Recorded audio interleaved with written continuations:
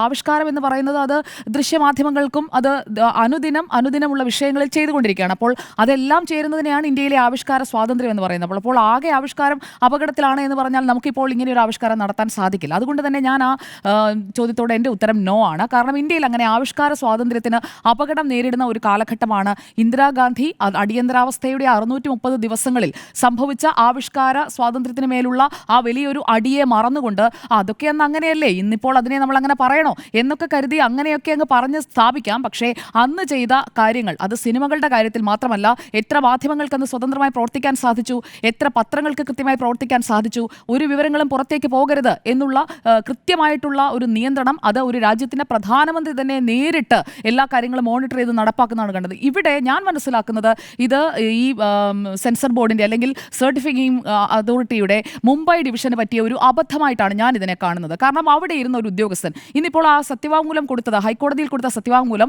CEO ആണ് കൊടുത്തിരിക്കുന്നത്. അപ്പോൾ CEO കൊടുത്തിരിക്കുന്ന സത്യവാങ്മൂലം വിശദമായി നമ്മളൊന്ന് ആ പേജുകളിലൂടെ കടന്നുപോയി കഴിഞ്ഞാൽ കൃത്യമായി അത് നമുക്ക് മനസ്സിലാക്കാൻ സാധിക്കും. ഈ ജാനകി വേഴ്സസ് സ്റ്റേറ്റ് ഓഫ് കേരളയിൽ 96 കട്ടെന്ന് പറഞ്ഞവർ എങ്ങനെയാണ് ഈ 94 കട്ട് എന്തിനാണ് ഒഴിവാക്കിയത്, അതേക്കുറിച്ച് അവർ മിണ്ടുന്നില്ല. 96-ൽ നിന്ന് 94 വേണ്ട എന്ന് വെക്കുകയാണ്. അതെന്താ 96 പെട്ടെന്ന് 94 ആയത്?